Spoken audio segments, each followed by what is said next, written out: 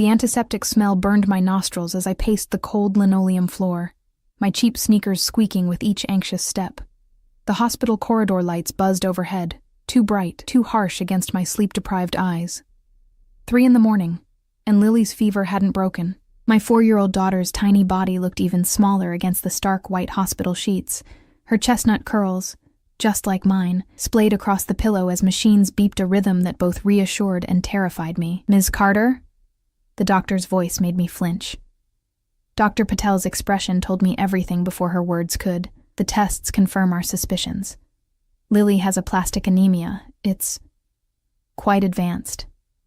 The room tilted. I gripped the plastic chair beside me, knuckles white. What does that mean? Is she going to be okay? Her bone marrow isn't producing enough new blood cells. She needs a transplant, and soon. Dr. Patel's gentle voice couldn't soften the blow. "We'll need to test you immediately as a potential donor. Do you have any other family members who could be tested?" I shook my head, throat tightening. "It's just me and Lily. I'd been on my own since her father disappeared the day I told him I was pregnant. No parents, no siblings, just 2 paychecks that barely covered our tiny 1-bedroom apartment and the babysitter while I worked double shifts at the hotel." "Well, let's start with you then," she said, though something in her expression told me she already suspected I wouldn't be a match. Mother's intuition, the same feeling that had brought me rushing to the emergency room when Lily's bruises wouldn't fade and her constant fatigue became something I couldn't ignore anymore.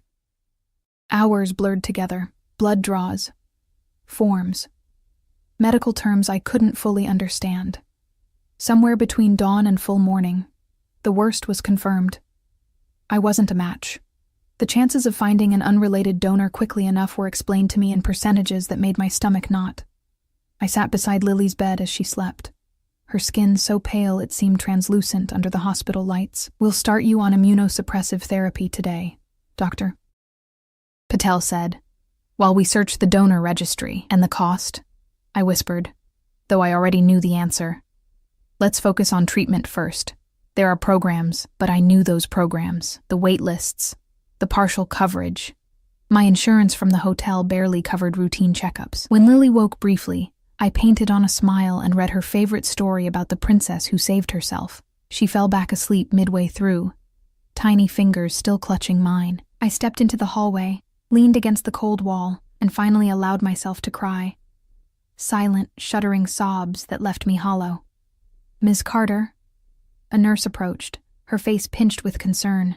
"There's a call for you at the nurse's station." I wiped my face with my sleeve. "For me? Who even knows I'm here?" She shrugged.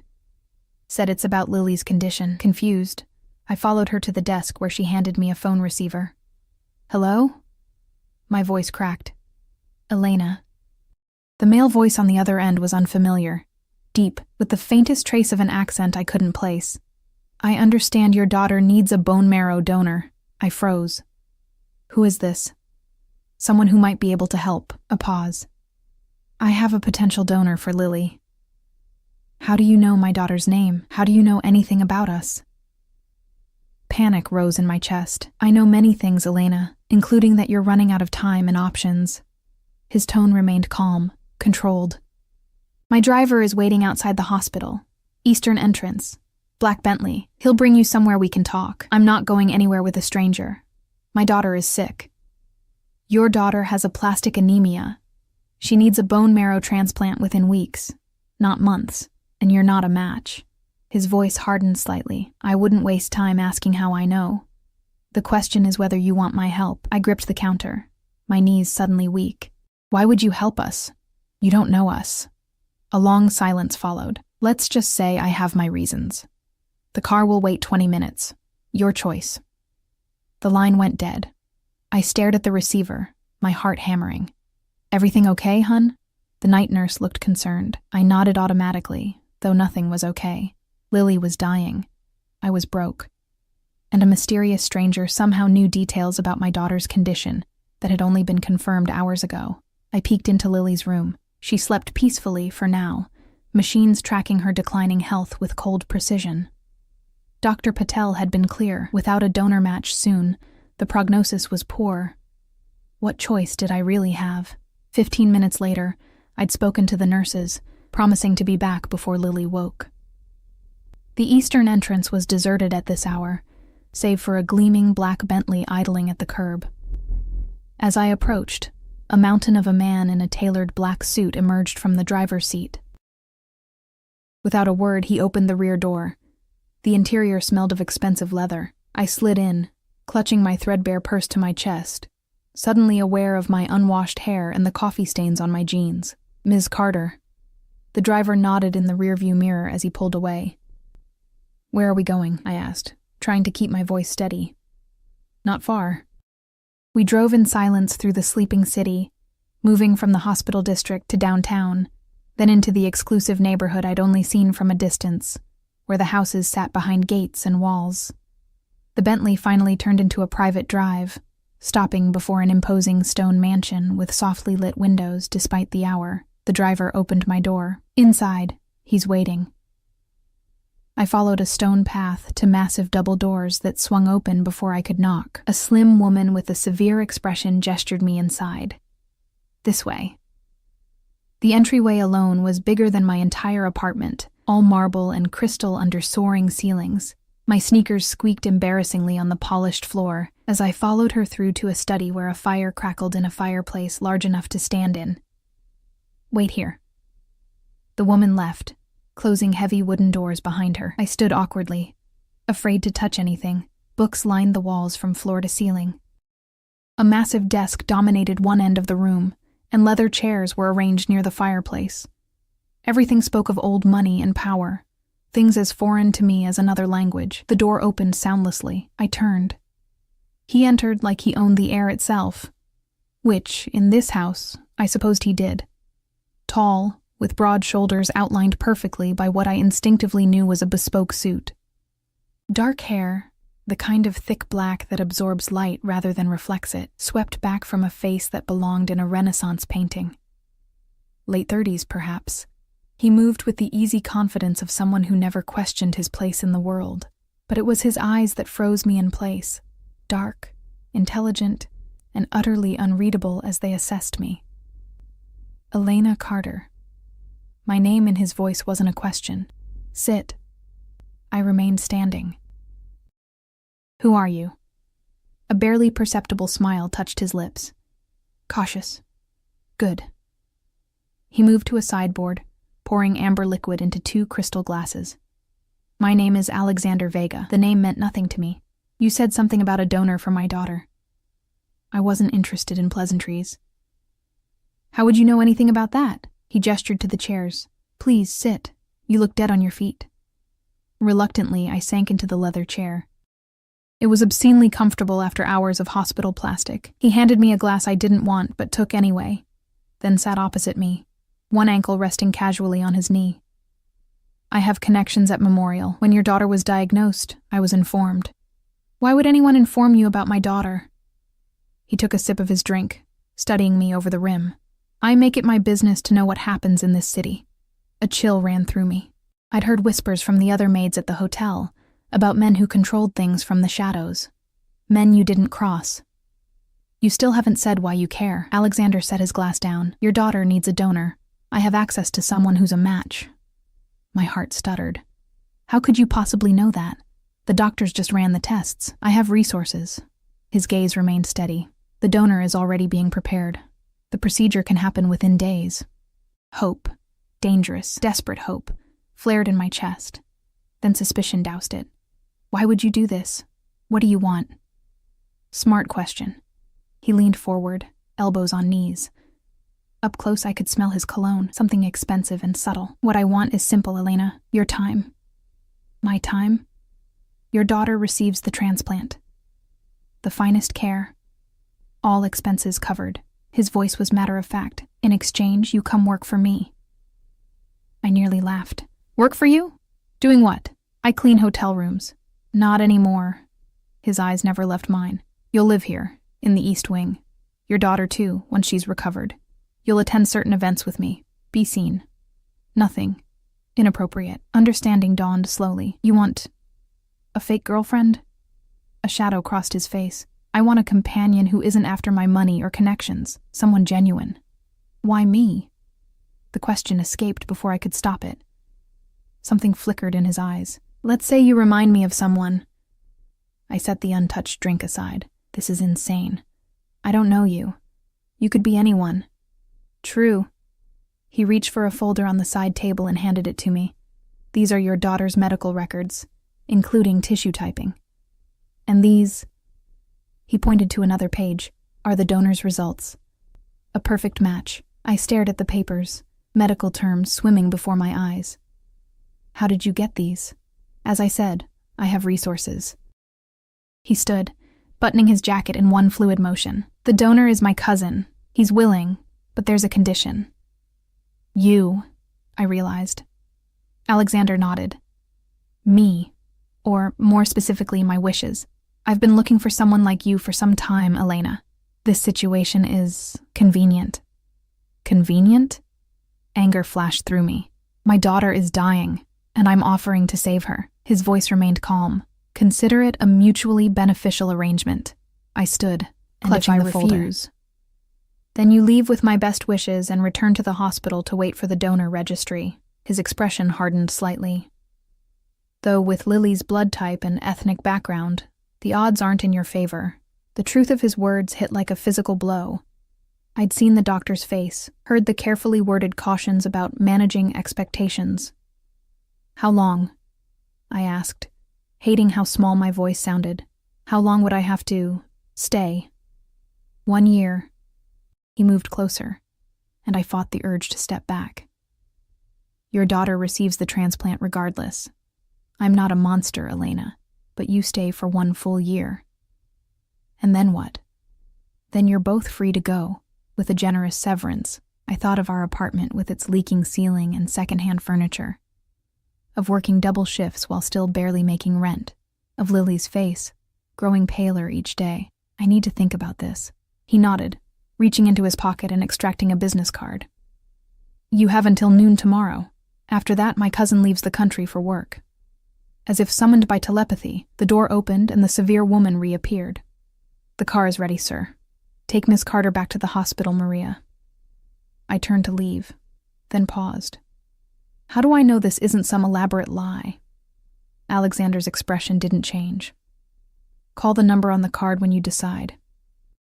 If it's yes, the donor will be at Memorial by evening. If it's no, well... He picked up his glass again. I suppose you'll have your answer then. Dawn was breaking as the Bentley delivered me back to the hospital. I sat beside Lily's bed, watching her chest rise and fall, the folder from Alexander clutched in my hands. I'd seen enough medical forms in the past 24 hours to recognize real ones. A perfect match. A life for my daughter. All it would cost was a year of mine. At 11:58 a.m., I called the number. He answered on the first ring, as though he'd been waiting with the phone in hand. Yes, I said, without preamble. But I have conditions of my own. There was a pause. Then what might have been a chuckle. I'm listening. I keep my job at the hotel, part-time. Unacceptable. It's non-negotiable. I surprised myself with my firmness. I need something that's mine. Something normal. Another pause. 2 days per week. Maximum. And Lily stays with me. Always. She's not some accessory to be hidden away when inconvenient. Of course. He sounded almost offended. I would expect nothing less. I took a deep breath. Then we have a deal. Excellent. His tone warmed slightly. The donor will arrive at Memorial within the hour. I'll send Maria with papers for you to sign. Alexander? I said, before he could hang up. Yes?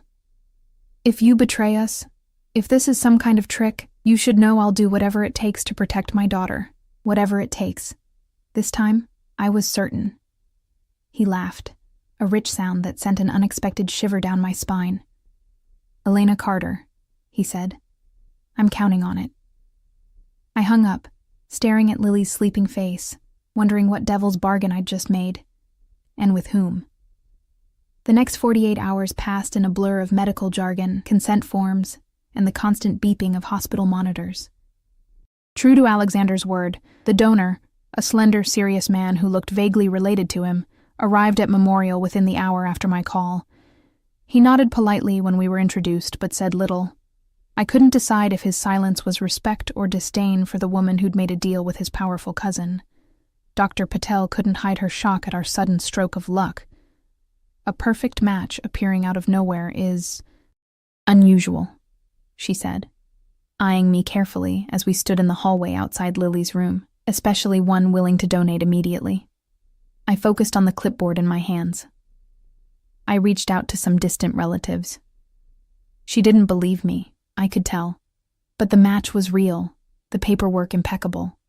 When medicine has what it needs, questions about providence become secondary.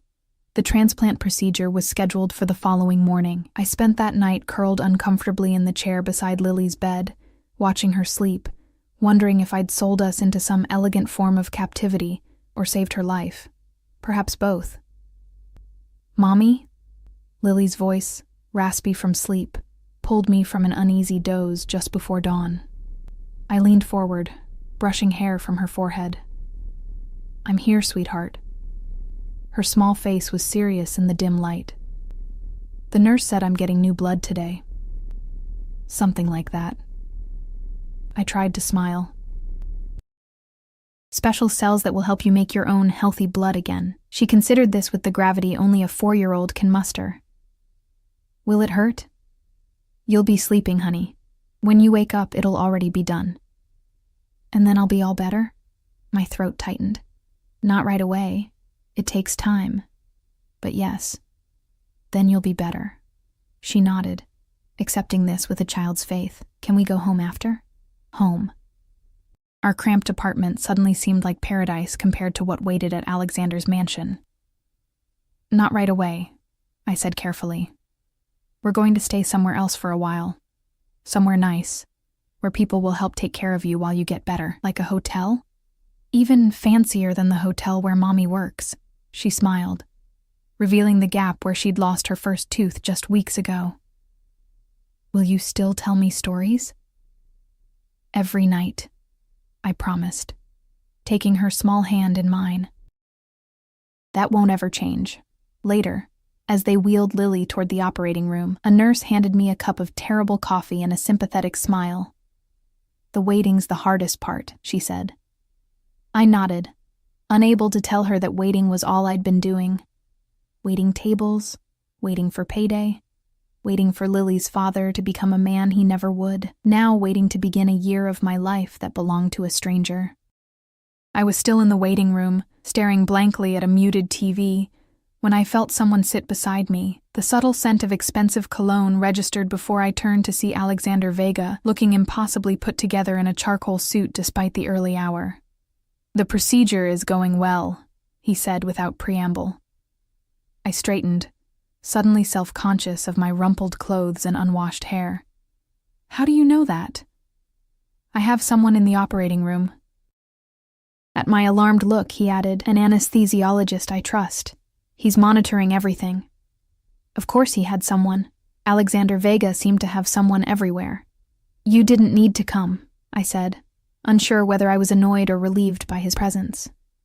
"I wanted to see how you were holding up." His dark eyes studied my face. "You haven't slept." It wasn't a question. "Would you? If it were your child?" Something flickered in his expression. So quickly I might have imagined it. "No," he said quietly. "I wouldn't." We sat in silence for several minutes, the distance between our worlds making small talk impossible. Finally, he reached inside his jacket and withdrew an envelope. "These are key cards to the East Wing and the main house. Security codes. Some information you'll need." He placed them on the seat between us. "Maria has prepared rooms for both of you. The wing has its own kitchen, though meals are provided in the main dining room if you prefer." I didn't touch the envelope. "Lily will need to stay in the hospital for at least 2 weeks after the transplant. The recovery period has been arranged to continue at home under private medical supervision." His tone brooked no argument. "Dr. Patel has agreed to oversee her care. A recovery room has been prepared with all necessary equipment." I stared at him. "You can't just remove a child from hospital care." "I can provide better care." Again, that hint of offense. "A private nurse. Round-the-clock monitoring, no exposure to hospital infections. Dr. Patel will visit daily." "Did you threaten her?" The words escaped before I could stop them. Alexander's jaw tightened. I don't threaten doctors, Elena. I pay them, handsomely, for their exclusive attention. Before I could respond, the doors opened and Dr. Patel appeared, surgical mask pulled down around her neck. Ms. Carter? The procedure went smoothly. Lily's in recovery now. I stood, relief making me lightheaded. Can I see her? In about 20 minutes, her gaze shifted to Alexander, who had risen beside me. Mr. Vega, I didn't expect to see you here, Doctor. He nodded slightly. She turned back to me with a practiced smile that didn't quite reach her eyes. We've discussed the home care option. While unusual, the facilities Mr. Vega has prepared exceed our standard recommendations for post-transplant care. I looked between them, understanding that whatever strings Alexander had pulled, they reached further than I'd imagined.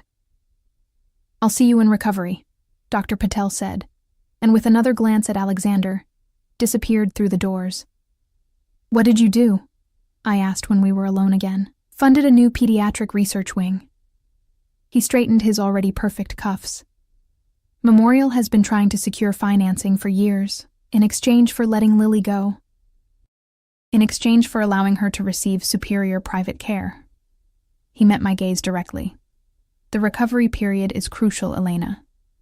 Would you prefer she spend it in a hospital where nurses are overworked and infections common, or in a controlled environment with dedicated care? Put that way, there was no argument. Still, the speed and extent of his control over the situation left me uneasy. What exactly had I agreed to?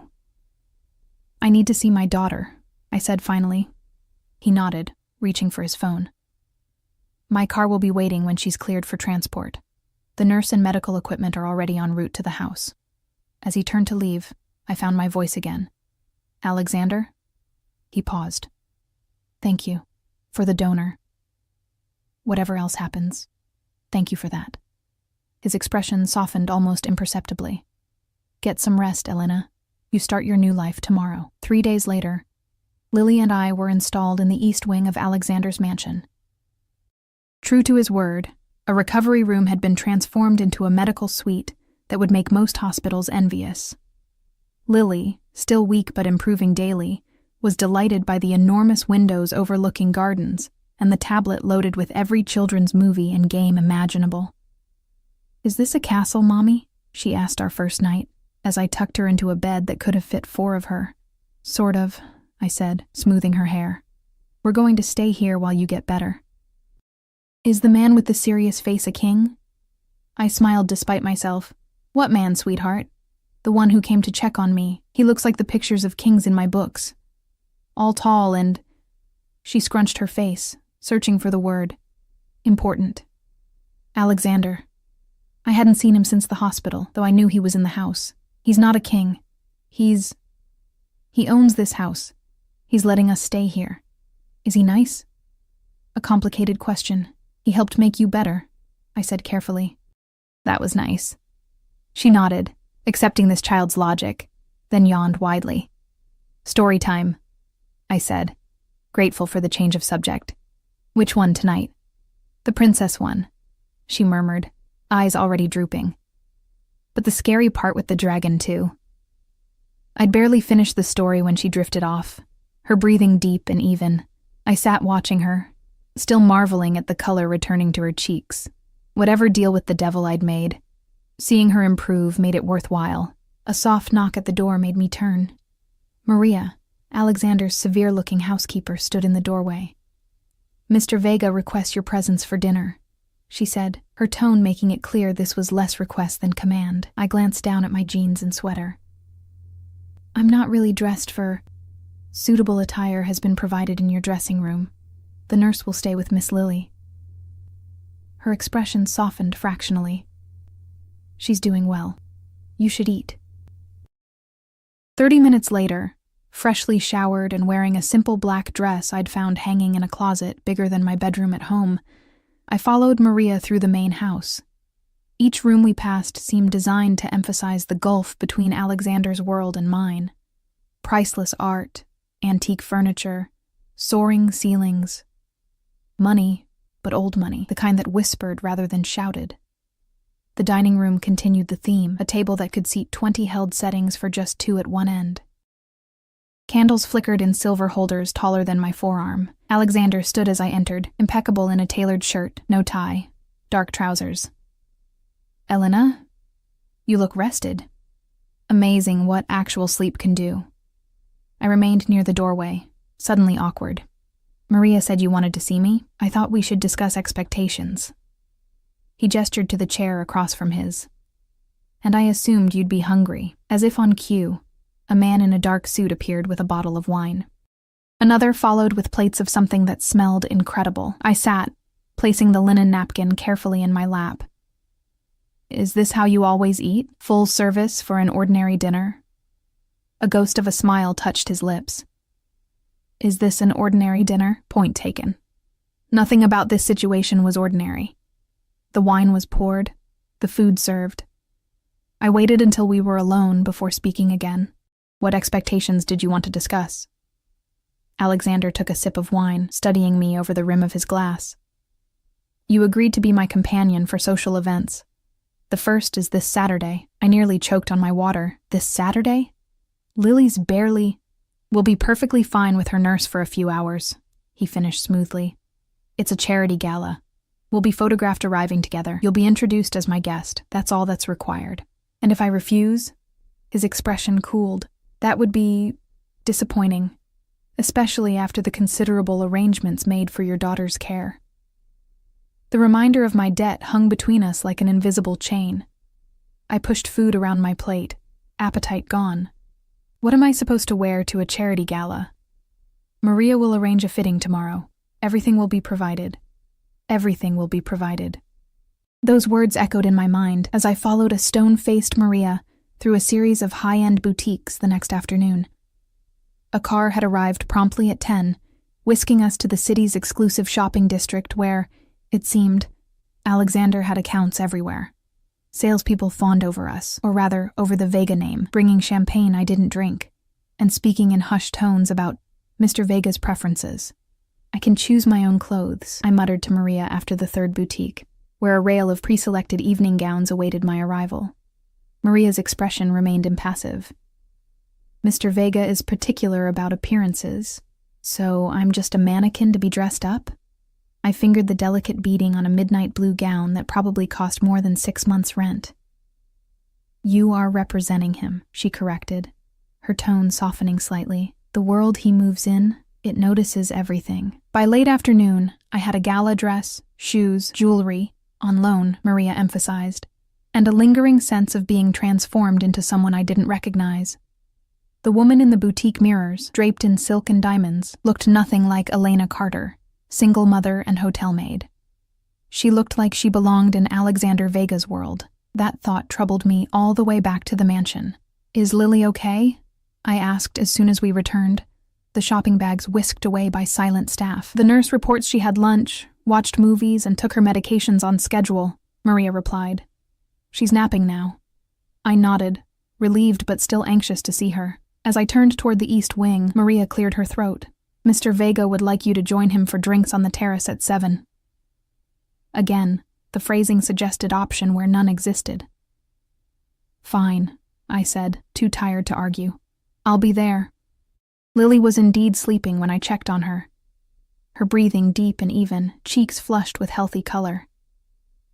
I sat beside her bed, watching her chest rise and fall, amazed at how quickly she was improving. The nurse, a kind but no-nonsense woman named Helen, assured me her recovery was proceeding remarkably well.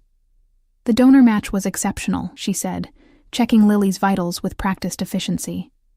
"And having this level of care certainly helps." I nodded, guilt and gratitude warring within me. Whatever his motives, Alexander had saved my daughter. That fact alone forced me to honor our arrangement, whatever misgivings I had. At precisely 7, I made my way to the main house. I'd changed into the only outfit I'd brought that wasn't stained or worn, a simple black sundress and sandals that had once been my good clothes, but now seemed painfully inadequate in this setting. The terrace overlooked manicured gardens that stretched to a distant tree line. The evening was warm, golden sunlight slanting across stone balustrades, and highlighting the glass tables where Alexander stood with his back to me, phone pressed to his ear. He spoke rapidly in what sounded like Italian, his voice low and controlled, but with an undercurrent of tension. I hesitated at the threshold, unwilling to interrupt. He must have sensed my presence, though, turning slightly to acknowledge me with a nod before finishing his call. "È fatto. Non discuterò più." He ended the call abruptly, slipping the phone into his pocket before turning to me fully. "Elena." He gestured to the seating area where a bottle of wine and glasses waited. "How was your shopping experience?" "Expensive," I said, taking the seat farthest from him. A smile ghosted across his face as he poured wine into 2 glasses. "Worth every penny, I'm sure." I accepted the glass, but didn't drink. "Why am I really here, Alexander?" He raised an eyebrow. We discussed the terms.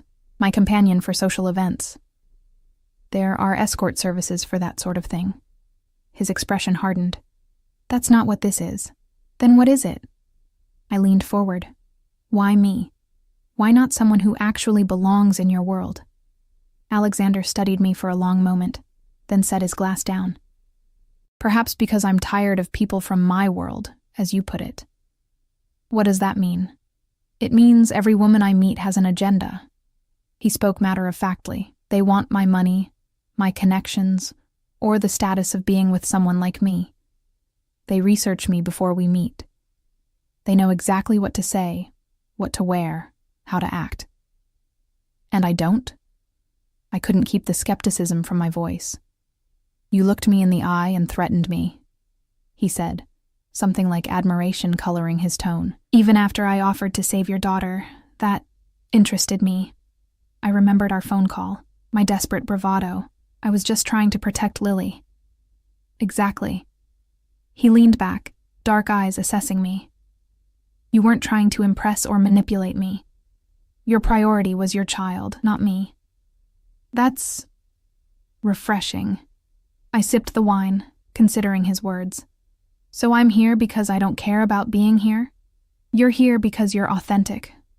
Real, a shadow crossed his features. I had enough fakeness in my childhood to last several lifetimes. Something in his tone suggested depths I hadn't expected. Before I could pursue it, he continued.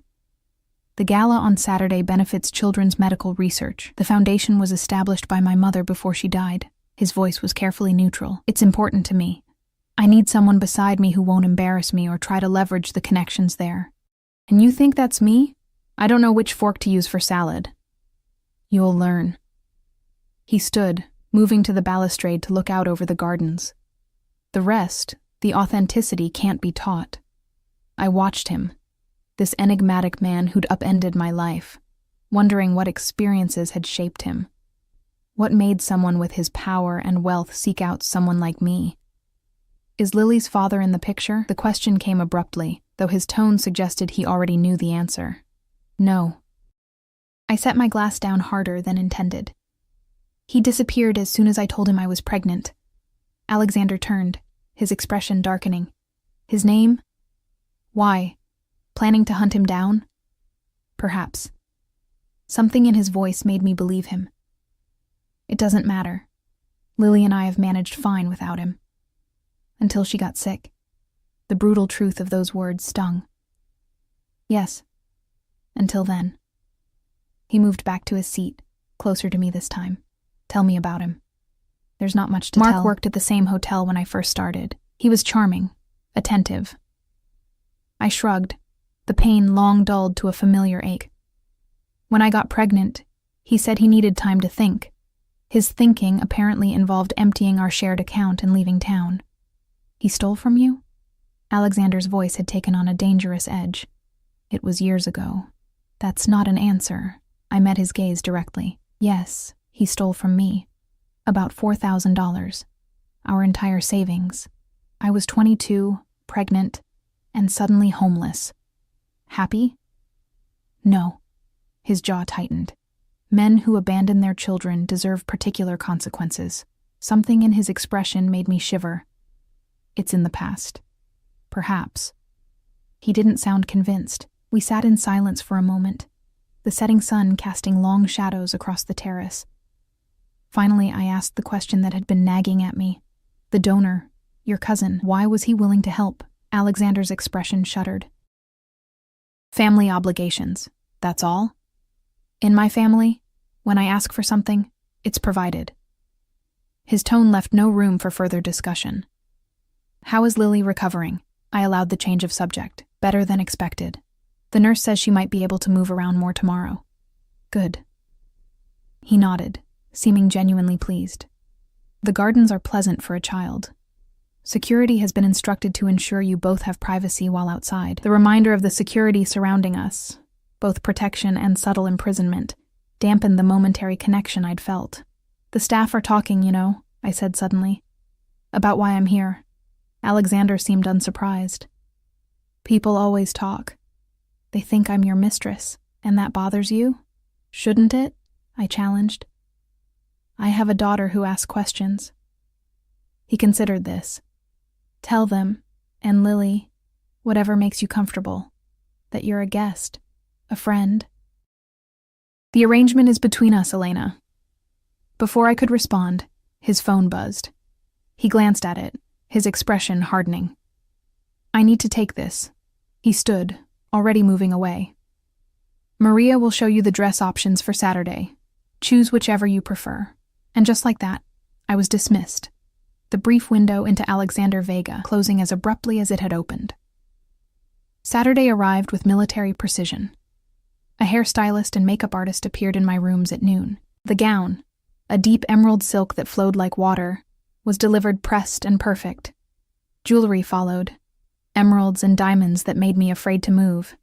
These can't be real, I whispered as Maria fastened the necklace. Mr. Vega doesn't do imitations, she replied simply. By 7, I stood in the mansion's grand foyer, feeling like an imposter in someone else's life. The woman in the mirror was unrecognizable, elegant, polished, adorned in finery worth more than I'd earn in a decade. Lily had gasped when she saw me. You look like a princess, Mommy. I'd twirled for her, making her giggle, before kissing her goodnight and extracting a promise to behave for the nurse. Even that small separation made my stomach knot with anxiety. Footsteps on the marble floor made me turn. Alexander descended the grand staircase, the picture of masculine elegance in a tailored tuxedo. He paused when he saw me, something flickering in his dark eyes. The emerald was the right choice, he said, approaching slowly. You look stunning. I look like someone else, I replied honestly. No. He reached me, adjusting the drape of my wrap with practiced hands. You look like yourself, just without the weight of the world on your shoulders for once. The observation was uncomfortably perceptive. Before I could respond, he offered his arm. The car is waiting.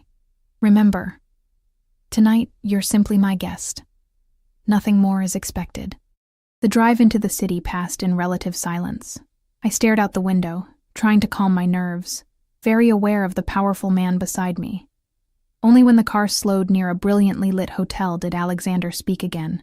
One thing I should mention. His voice was casual, too casual. My former fiancée will likely be there tonight, Sophia Ricci. I turned to him, surprised. You were engaged? Briefly. It ended 6 months ago. His tone was neutral, but I detected something underneath. Anger, pain. She'll almost certainly approach us. She may say things designed to unsettle you. Why? Because that's who she is. The set of his jaw told me there was more to the story. Just be aware. The car stopped at the entrance, where photographers clustered near a red carpet. My heart rate doubled. You didn't mention press, I hissed. Local society pages. Nothing significant. He straightened his already perfect cuffs. Just smile and stay close to me. Before I could protest further, the car door opened.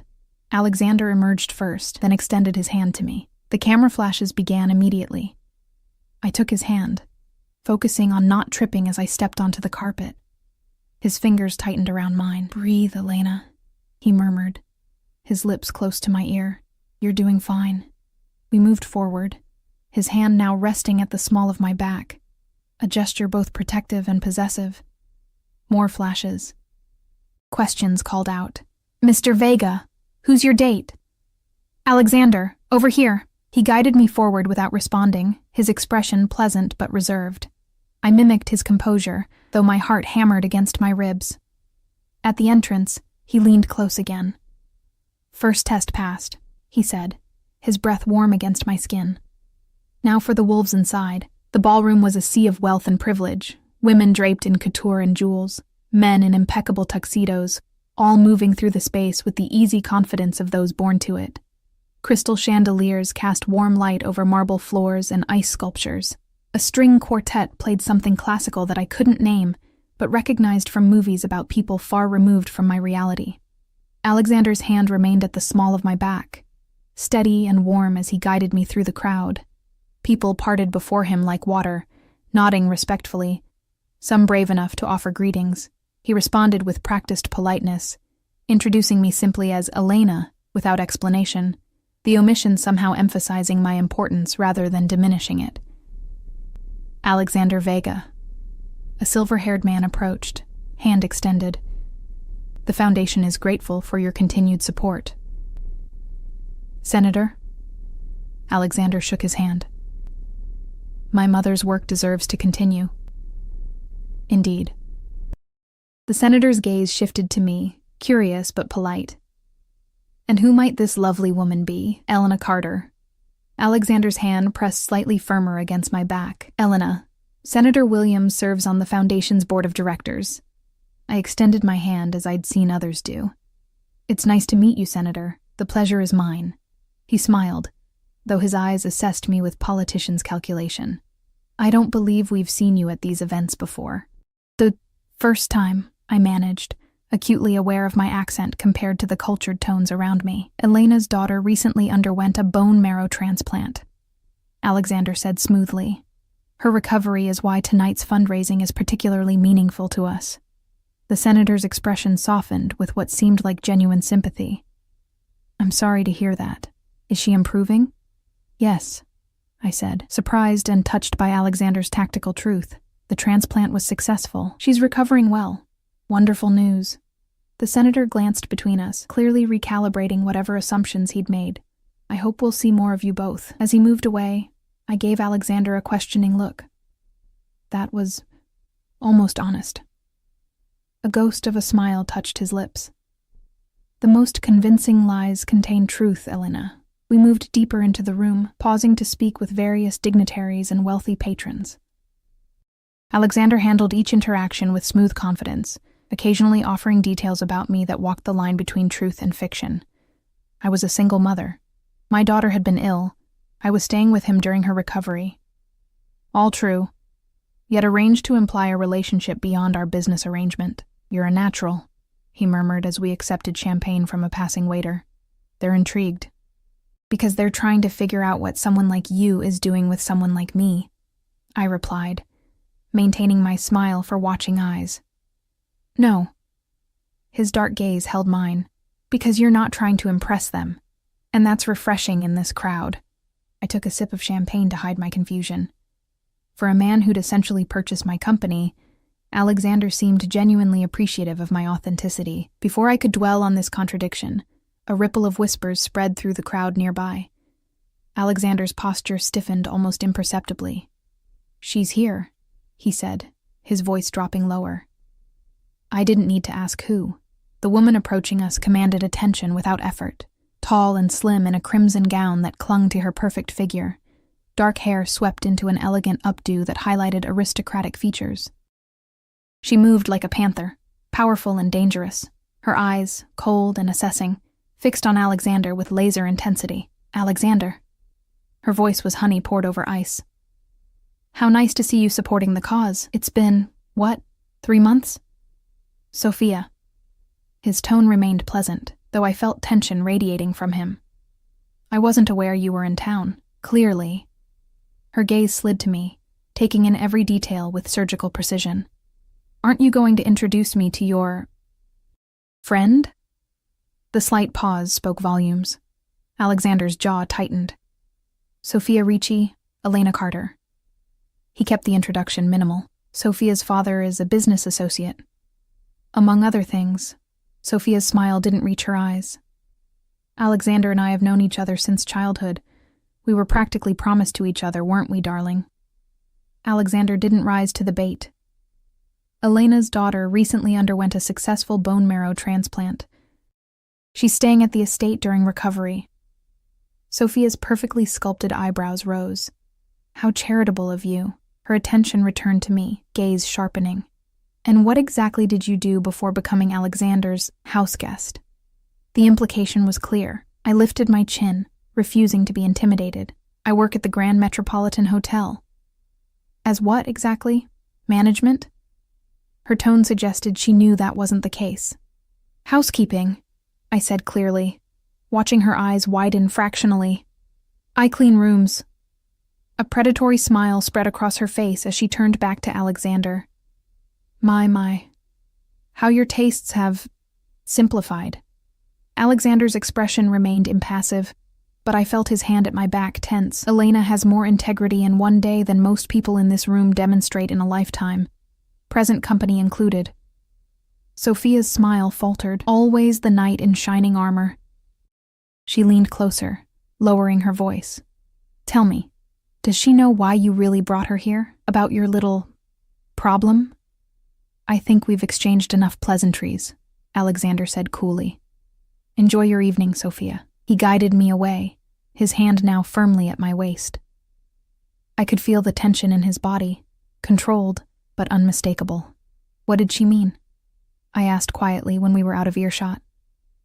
About why you brought me here. Sophia specializes in creating drama. His voice was tight. It's best to ignore her. She seemed pretty confident that there's something I don't know. Alexander stopped, turning to face me. There are many things you don't know about me, Elena. Just as there are many things I don't know about you.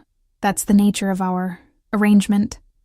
His evasion only heightened my curiosity, but before I could press further, a chime announced dinner. Alexander offered his arm. Shall we? I took it, aware of eyes following us, especially Sophia's burning gaze from across the room. Dinner was an elaborate multi-course affair at tables adorned with floral arrangements that probably cost more than my monthly rent. Alexander and I were seated at a prominent table near the front, alongside the senator and other foundation board members. I followed Alexander's lead on which fork to use, grateful that my mother had at least instilled basic table manners in me before she died. Throughout the meal, Alexander was attentive, refilling my water glass, explaining dishes in discreet murmurs, his hand occasionally brushing mine when reaching for his wine.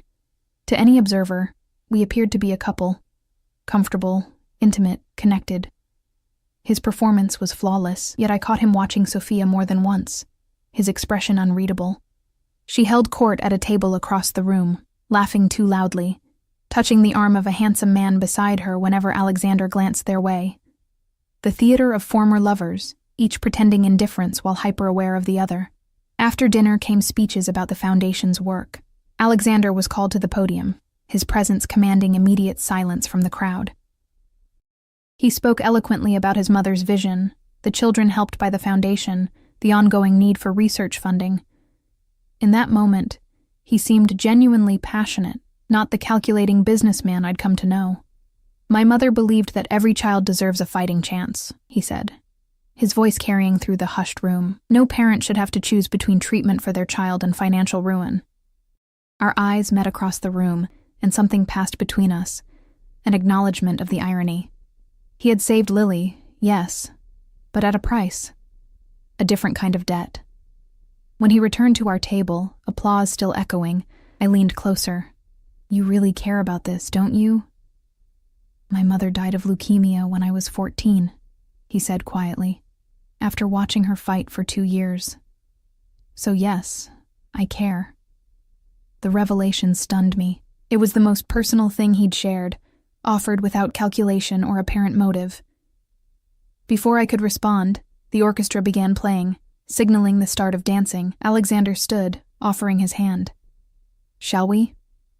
I don't know how to dance, I admitted. Not like this. Just follow my lead. He guided me onto the dance floor where other couples were already moving to a waltz. His hand settled at my waist, the other taking mine. He drew me closer than strictly necessary. Relax, he murmured as we began to move. Dancing is just walking with rhythm. Under his guidance, I found myself gliding across the floor with surprising ease. He was an excellent lead, anticipating my movements before I made them, his body guiding mine with subtle pressure. "Everyone's watching us," I whispered, catching glimpses of curious faces as we turned. "Let them watch." His eyes never left mine. "You're the most interesting woman in the room." "Because I'm with you." "No." His hand tightened slightly at my waist. "Because you're the only one here who doesn't care about being here." As the music continued, I found myself relaxing into his hold, the rhythm becoming natural, almost hypnotic. The lights, the music, the champagne I'd consumed, it all created a dreamlike quality to the moment. "Why did you and Sophia end your engagement?" I asked, the question escaping before I could reconsider. His steps never faltered, but something darkened in his eyes. "She wasn't who I thought she was." "What does that mean?" Alexander was silent for several measures of music. I discovered she was feeding information about my business to a rival, using our relationship to access things she shouldn't have. "She was spying on you?" I couldn't hide my surprise. "Her father has connections to organizations I refuse to work with." His voice had cooled. "She was his perfect spy, placed in my life since childhood. I was blind to it until recently." The revelation cast his wariness in a new light. No wonder he valued my disinterest in his business affairs. "I'm sorry," I said simply. He looked genuinely surprised. "Why would you be sorry?" "Because betrayal hurts, no matter who you are." I thought of Lily's father, the smaller but still painful betrayal of his abandonment. Finding out someone isn't who you thought they were. It changes you. Something shifted in Alexander's expression. A softening around the eyes, a slight relaxation of his guarded posture. "Yes," he said quietly. "It does." The music ended, but he didn't release me immediately. We stood in the center of the dance floor, still connected, something unspoken passing between us. The moment was shattered by the deliberate clearing of a throat. We turned to find Sophia standing nearby, her crimson lips curved in a mocking smile. "May I cut in?" she asked, though it wasn't really a question. For old time's sake, Alexander's jaw tightened, but social protocol left him little choice. He turned to me. "Would you mind, Elena? Just one dance." "Of course not," I said, stepping back. "I could use some fresh air anyway." I moved away before he could respond, needing space from the intensity of the moment we'd shared. As I glanced back, I saw Sophia step into Alexander's arms, her body pressing against his with familiar intimacy, her lips close to his ear as she whispered something that made his expression darken. I found my way to a terrace overlooking the hotel gardens, grateful for the cool night air against my flushed skin. Leaning against the stone balustrade, I tried to make sense of the contradictions that were Alexander Vega, cold businessman and passionate advocate, calculating manipulator and wounded son. And more confusing still, the unfamiliar warmth that had spread through me as we danced, his eyes never leaving mine. The night air carried the scent of roses from the gardens below, a welcome respite from the perfumed atmosphere of the ballroom. I breathed deeply, trying to clear my head of the confusing tangle of emotions the evening had stirred. The weight of the borrowed diamonds around my neck suddenly felt suffocating, a physical reminder of how far I was from my real life. Quite the Cinderella story, isn't it? I turned to find Sophia approaching, her crimson dress almost black in the dim light of the terrace. I hadn't heard the door open. "That was a quick dance," I observed, instinctively straightening my posture. Alexander was called away. Her smile was all predator, something about an urgent call. She moved beside me at the balustrade, close enough that I could smell her expensive perfume. For a moment, we both gazed out at the darkness in silence. "Do you know what fascinates me?" she finally said, her voice deceptively conversational. "How quickly he found you after our engagement ended." I kept my expression neutral. "I don't know what you mean." "Of course you don't." She laughed softly. "That's part of your charm, I suppose. This wide-eyed innocence." Her gaze raked over me. "Tell me, how much is he paying you? For you and your conveniently sick daughter?" My hands tightened on the stone railing. "My daughter almost died. There's nothing convenient about that." "Perhaps not." She tilted her head. "But it made you the perfect candidate. Desperate, grateful, malleable. Candidate for what, exactly?" Her perfectly shaped eyebrows rose. "You really don't know, do you?" She leaned closer. "Alexander needs a wife. Soon. It's a condition of his inheritance. I stared at her, certain she was lying. That's ridiculous. Is it? His grandfather's will was very specific. Full control of Vega Holdings transfers to Alexander when he turns 40, or when he marries, whichever comes first. Her smile turned cruel. He turns 40 in 3 months. Otherwise, control remains with the board of directors, a board that includes my father. The pieces clicked into place, his urgency in finding a companion, the public appearances, the elaborate show for the benefit of others. Why are you telling me this? Professional courtesy. She shrugged one elegant shoulder. One pawn to another. I'm not a pawn. Darling, we're all pawns in Alexander's world. I was simply smart enough to play my own game alongside his. Her expression hardened. But make no mistake. He will use you, marry you if necessary, then discard you once he has what he wants. My mind raced. Could she be right? Was I just a convenient solution to Alexander's inheritance problem? It would explain the strange arrangement, the rushed timeline. You don't know what you're talking about, I said, with more confidence than I felt. Don't I? Her laugh was brittle. I've known him since we were children. His father and mine built their empires together. She leaned closer, her voice dropping. Did he tell you how he got those scars on his back? I frowned, confused. What scars? So you haven't seen him without his shirt? Her smile was knowing. His father was a monster, a brilliant businessman, but a cruel man. Alexander took beatings meant for his younger brother for years. Her eyes narrowed. It taught him to endure pain, to compartmentalize, to use people without remorse. I thought of the brief glimpses of vulnerability I'd seen in him, his passion for the foundation, his quiet fury at Lily's father's abandonment, the softness in his eyes when he spoke of his mother. If you hated him so much, why agree to marry him? Business. She shrugged again. The same reason he agreed to marry me. At least until he discovered I had my own agenda. She examined her manicured nails. Men like Alexander can't stand being outplayed. The terrace door opened, spilling golden light across the stone. Alexander stood framed in the doorway, his expression thunderous as his gaze fixed on Sophia. I believe your date is looking for you, he said, his voice deceptively calm. Sophia straightened, unruffled. We were just having a lovely girl-to-girl chat, getting to know each other. I'm sure. His jaw was tight. Your father's waiting at your table. Something about leaving early. A flicker of unease crossed her perfect features. Always so serious, Alexander. She touched my arm lightly. Think about what I said, Elena. While you still have choices. She glided past him into the ballroom, the scent of her perfume lingering in her wake. Alexander watched her go, then turned to me, his expression unreadable in the half-light. Whatever she told you, is it true? I interrupted.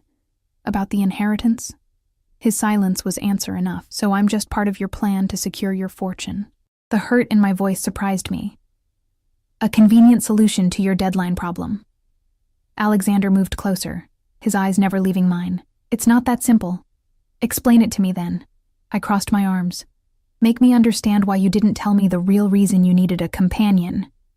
He was quiet for a long moment, his gaze shifting to the darkness beyond the terrace.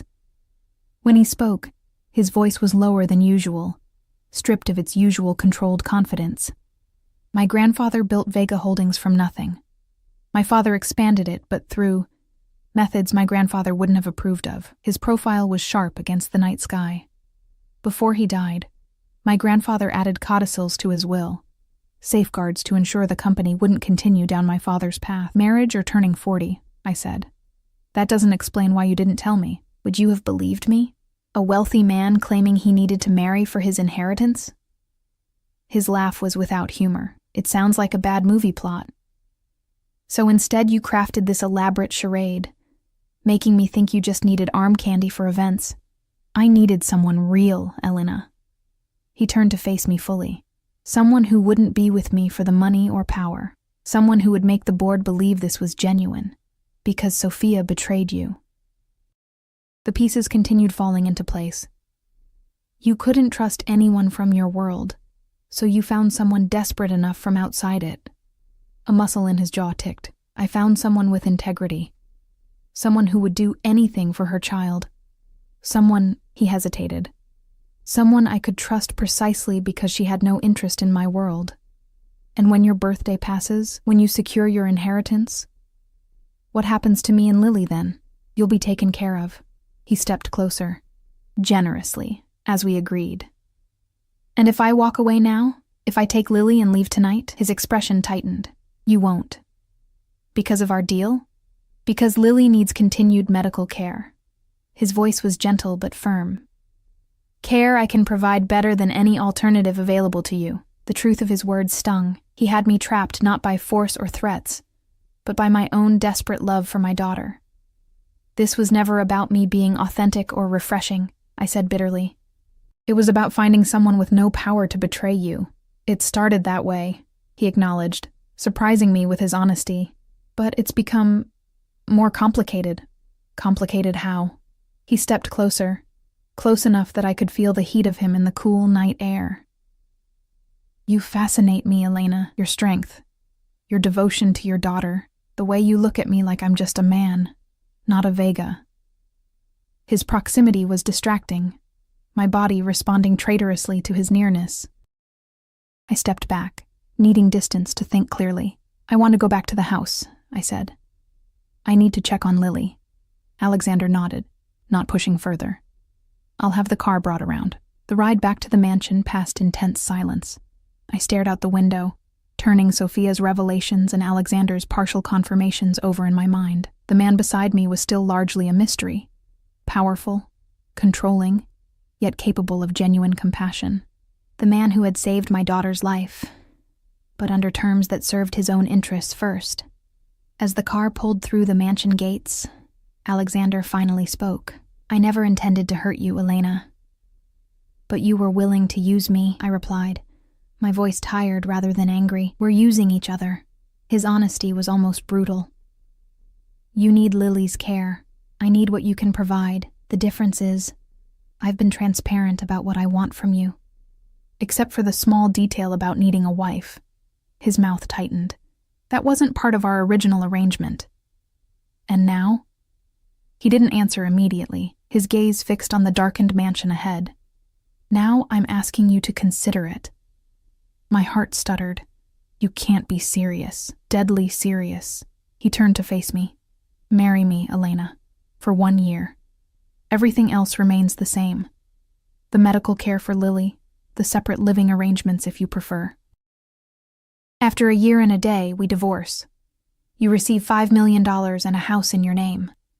I stared at him, speechless. You're actually proposing a marriage of convenience in 2025. I'm proposing a solution that benefits us both. His expression was earnest, almost vulnerable. I secure my inheritance, you secure Lily's future, and if I refuse, our original arrangement stands. He held my gaze steadily. I'm a man of my word, Elena. The car stopped at the mansion's entrance. Before the driver could open the door, I turned to Alexander. I need time to think about this, he nodded. Of course. Take all the time you need. A ghost of a smile touched his lips. I have exactly 12 weeks until my birthday. Inside, I went directly to the East Wing, needing to see Lily, to ground myself in the one truth I was certain of, my love for my daughter. She was sleeping peacefully, her color good, breathing even. Helen, the night nurse, assured me everything had been fine. I kissed Lily's forehead gently, then retreated to my own room, methodically removing the borrowed finery. The emerald dress, the diamond jewelry, the crystal-studded heels. With each piece, I felt more like myself again. In the shower, I scrubbed away the last traces of the night. The expensive makeup, the hairspray, the lingering scent of Alexander's cologne that had somehow transferred to my skin during our dance. But his proposal couldn't be washed away so easily. It echoed in my mind as I dressed in my own worn pajamas and slipped between silk sheets that cost more than my monthly rent. $5 million. A house. Security for Lily that I could never provide on my own. Medical care throughout her childhood. The best schools. College without debt. All for a year of my life. A year pretending to be Alexander Vega's wife. I tossed and turned, sleep elusive. Near dawn I gave up and wandered to the wing's small kitchen for tea. To my surprise, a light was already on, and Alexander sat at the counter, suit jacket discarded, tie loosened, dark hair slightly disheveled. He looked up as I entered, surprise flickering across his features. "Couldn't sleep?" he asked. I shook my head, suddenly aware of my threadbare pajamas and tangled hair. "Too much on my mind." He nodded, understanding without words. "Tea?" He gestured to the steaming cup before him. "Please."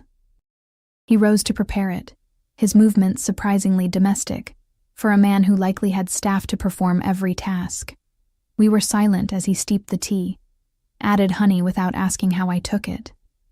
He'd noticed, I realized. This man who controlled empires had noticed how I drank my tea. "Alexander?" I said as he handed me the cup, our fingers brushing. "Why me?" "Really?" He considered the question longer than I expected. "When I saw you in the hospital that night, exhausted, terrified for your daughter, yet still standing, still fighting, I saw someone extraordinary." His eyes met mine. "Someone who would do anything for those she loves. Someone incorruptible in a world where everyone has a price." "Everyone has a price," I said quietly. "Mine is just my daughter's life." "No." He shook his head. "Your price isn't money or power for yourself. That makes you rare." He hesitated, then added, "and valuable." "As a wife?" "As a partner." The word seemed to surprise even him. "Someone I can trust precisely because your priorities are clear. Lily first, always." I sipped my tea, considering his words. "And what would this partnership entail exactly?" "Public appearances, living here. Separate bedrooms if you prefer." His gaze held mine, but a real chance to know each other, without pretense. "And after the year, you'll be free, with the means to give Lily everything she deserves." His expression softened. "But perhaps by then, you might find this world isn't as foreign as it seems now, that we aren't as different as you believe." I studied him.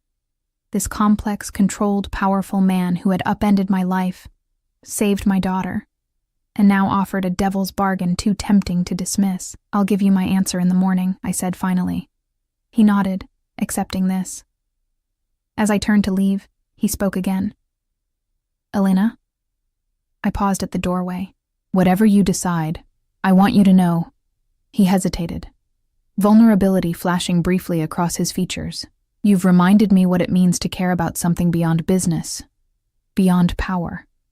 That alone is worth more than you know." In that moment, looking at Alexander Vega, billionaire, power broker, wounded soul, I realized that perhaps I wasn't the only one being rescued in this strange arrangement. "Good night, Alexander," I said softly.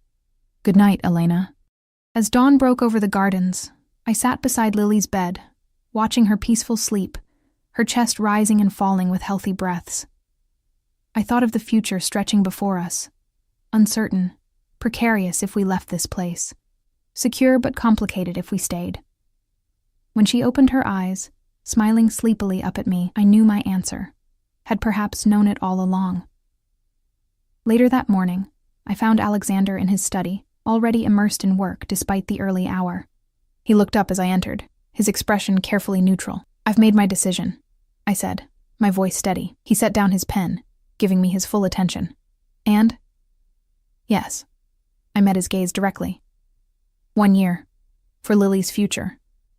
Something flickered in his dark eyes.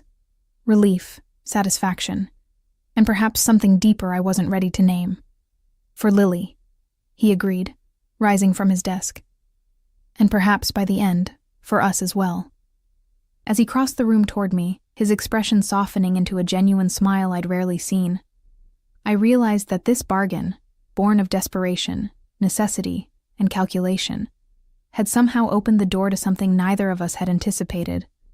Not love, not yet, but possibility. And for now, that was enough.